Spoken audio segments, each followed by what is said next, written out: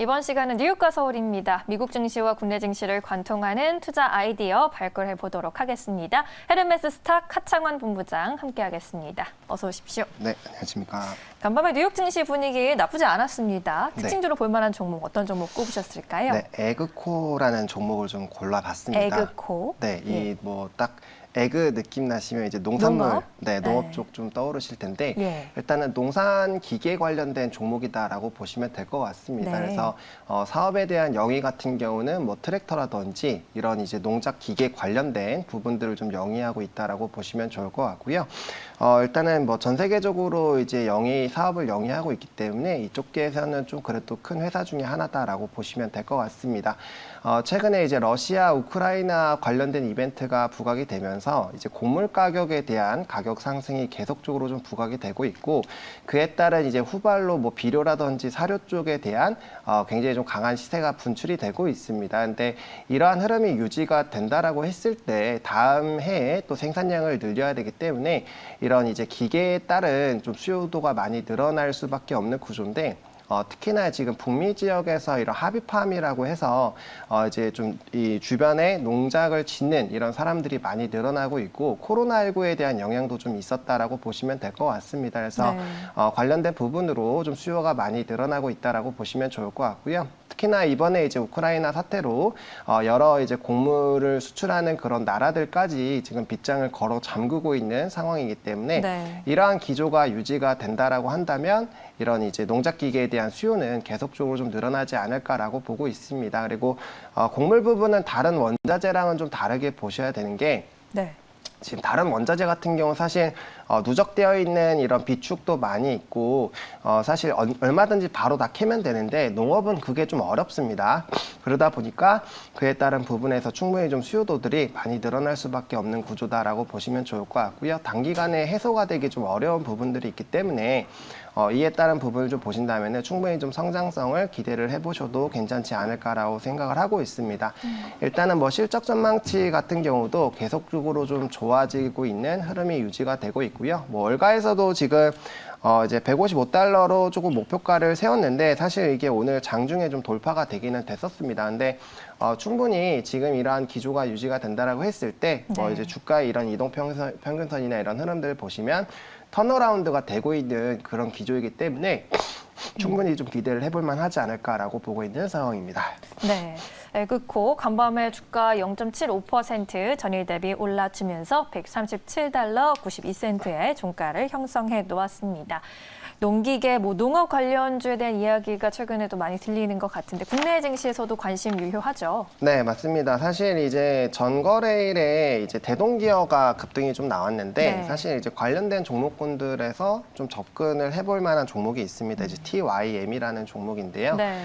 사실 이제 대동이랑 대동기어 같은 경우는 이미 어느 정도 좀 시세가 분출이 됐다라고 보시면 될 것 같은데 예. TYM 같은 경우는 아직까지 이제 조금 시세가 덜 분출이 됐다라고 보시면 될 것 같습니다.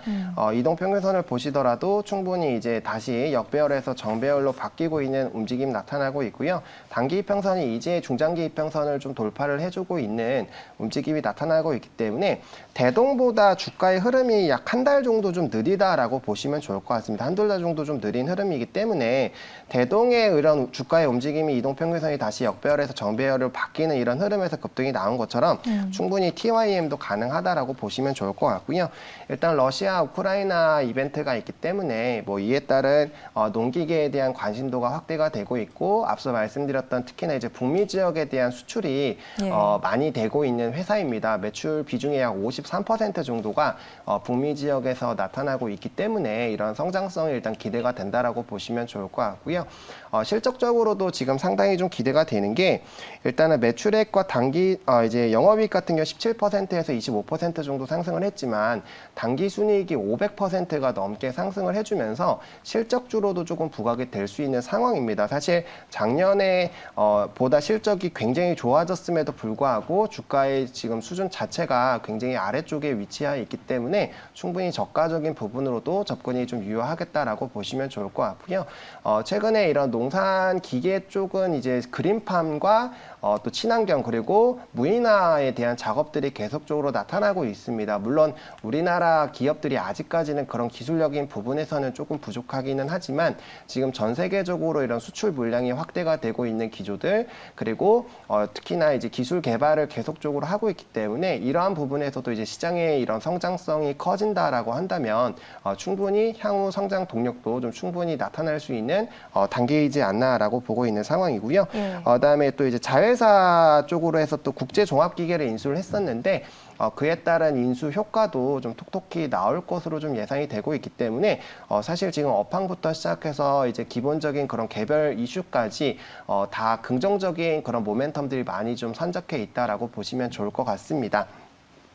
그리고 네. 이제 ICT 기술을 좀 활용한 농업 기술도 굉장히 좀 확대가 되고 있기 때문에 앞으로 4차 산업이 확대가 된다라는 그런 관점으로 봤을 때 농업 쪽에 대한 이런 수요도 굉장히 좀 크게 나타날 수 있지 않을까라고 보고 있는 상황입니다. 그래서 차트를 한번 보시면 지금 이제 하방 라인에서 다시 한번 좀 이제 상승을 해주고 있는 상황이고요. 앞서 말씀드린 것처럼 단기 이동 평균선이 중장기 이동 평균선을 지금 상승 돌파해주고 있는 모습 나타나고 있습니다. 지금 볼벤 상단 라인에 좀 있는 상황이어서 전거래일엔 단기적인 좀 차익도 나온 흐름인데 사실 이러한 기조가 유지가 된다라고 했을 때 충분히 이제 정배열로 바뀌는 부분에서 좀 접근이 유효하다라고 보시면 좋을 것 같고요.